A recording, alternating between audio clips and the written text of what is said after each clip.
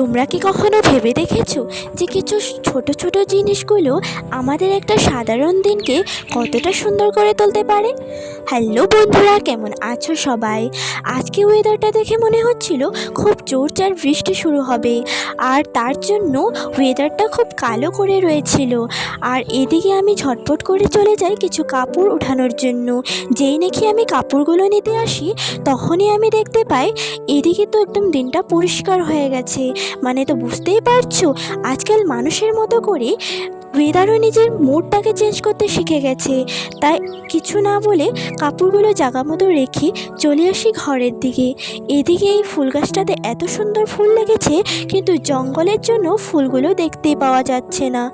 আর এদিকে আমি তোমাদের ওয়েদারের জন্য পুকুর পাড়টা দেখিয়ে দিই। খুব সুন্দর লাগছিল দেখতে।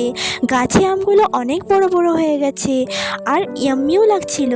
আর আমাকে কিছু জিনিস খুবই এক্সাইটেড করে তোলে, যেমন কি এই গাছের ফুলগুলো, মানে খুবই ভালো লাগছিল দেখতে আর কিউট ছিল। আর সন্ধ্যা হয়ে গেছিলো, তাই বনুকে নিয়ে চলে যাই একটু রাস্তার দিকে রাস্তা ঘোরার জন্য। তো ওকে নিয়ে এসেছিলাম আমি রাস্তার দিকে রাস্তা ঘোরার জন্য।